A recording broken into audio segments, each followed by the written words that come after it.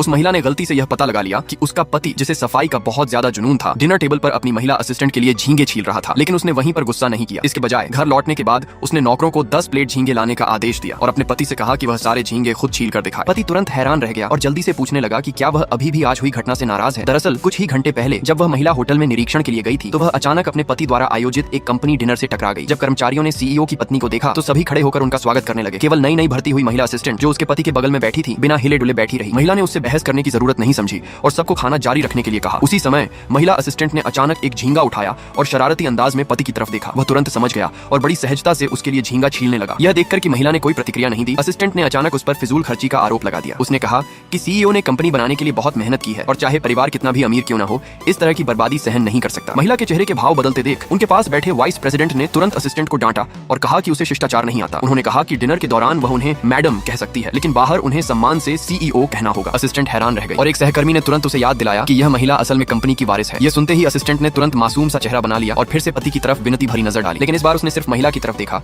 और अपराध बोध के साथ असिस्टेंट से माफी मांगने को कहा। असिस्टेंट ने अनमने ढंग से माफी मांगी। महिला ठंडी हंसी हंसकर उठी और अपने सेक्रेटरी के साथ वहां से चली गई। उस रात जब पति अपने काम खत्म करके घर लौटा तो महिला ने नौकरों को 10 प्लेट झींगे लाने को कहा। चूंकि उसे झींगे छीलना इतना पसंद था तो आज रात वह सारे झींगे छील सकता था। यह सुनकर पति तुरंत समझ गया कि वह अभी भी नाराज है। उसने जल्दी से सफाई दी कि असिस्टेंट नहीं थी और उसने बस यूं ही मदद कर दी थी। महिला ने उसकी तरफ देखा तक नहीं। इसके बजाय उसने शांत स्वर में सालों पहले हुई उनकी अरेंज मैरिज की बात छेड़ी। तब उसने उसे इसलिए चुना था क्योंकि उसे उसकी सफाई पसंद थी। इस शादी को बनाए रखने के लिए उसने शादी के समय उसे 3 मौके देने का वादा किया था। आज उसने उनमें से एक मौका इस्तेमाल कर लिया था और ये 10 प्लेट झींगे उसके पहले अपराध की सजा थी। इतना कहकर वह उसे वहीं छोड़कर अपने कमरे में चली गई। इस चेतावनी के बाद पति सच में संभल गया और फिर कभी उस असिस्टेंट को उसके सामने नहीं लाया। महिला ने सोचा कि मामला खत्म हो गया है, लेकिन 1 महीने बाद ये फिर से उभर आया। पति उसे फैमिली डिनर के लिए लेने आया और महिला असिस्टेंट उसकी कार की आगे वाली सीट पर बैठी थी। महिला ने सख्ती से उसे कार से उतरने का आदेश दिया। असिस्टेंट नहीं हिली और उल्टा पति की तरफ बेबस नजर से देखने लगी। लेकिन इस बार पति चुप रहा। असिस्टेंट के उतरने के बाद महिला ने सीधे अपने बैग से $100 निकाले और उसके जेब में डाल दिए, यह कहते हुए कि वह टैक्सी लेकर घर चली जाए। असिस्टेंट अचानक टूट गई। उसे लगा कि महिला उसे अपमानित कर रही है। महिला ने पलटकर पूछा कि अगर उसे अपनी इज्जत की इतनी चिंता है तो वह अपने बॉस की कार में लिफ्ट क्यों ले रही थी? जितना समय उसने यहाँ बर्बाद किया उतने में वह और उसका पति करोड़ों कमा सकते थे। वह इस नुकसान की भरपाई कैसे करेगी? इतना कहकर वह कार में बैठ गई और चली गई। कार में पति कुछ समझाने की कोशिश करने लगा, लेकिन महिला ने उसे याद दिलाया कि उसके पास अब सिर्फ एक आखिरी मौका बचा है। दोनों फिर साथ में फैमिली एस्टेट पहुंचे,